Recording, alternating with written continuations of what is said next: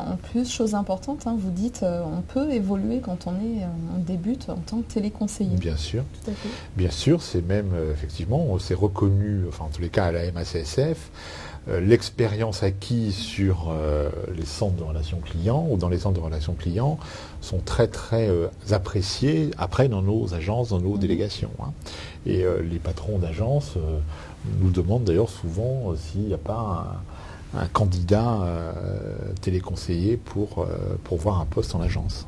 Pour donner un exemple, là sur le dernier trimestre, j'ai aux grandes dames de la responsable de centre de relations clients, auprès de qui je m'excuse platement, mais elle a 5 ou 6 départs en moins de 4 mois. 3 qui vont en agence, 2 qui vont sur un autre centre de relations clients qui est plus lié à la prévoyance.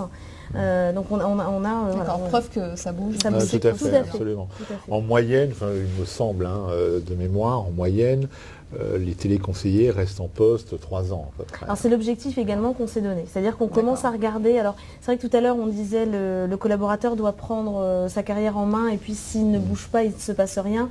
Alors c'est évidemment un petit peu faux, c'est-à-dire qu'on a des populations comme cela qu'on surveille et un téléconseiller qui est resté, qui est sur le même centre de relations clients au bout de 3-4 ans.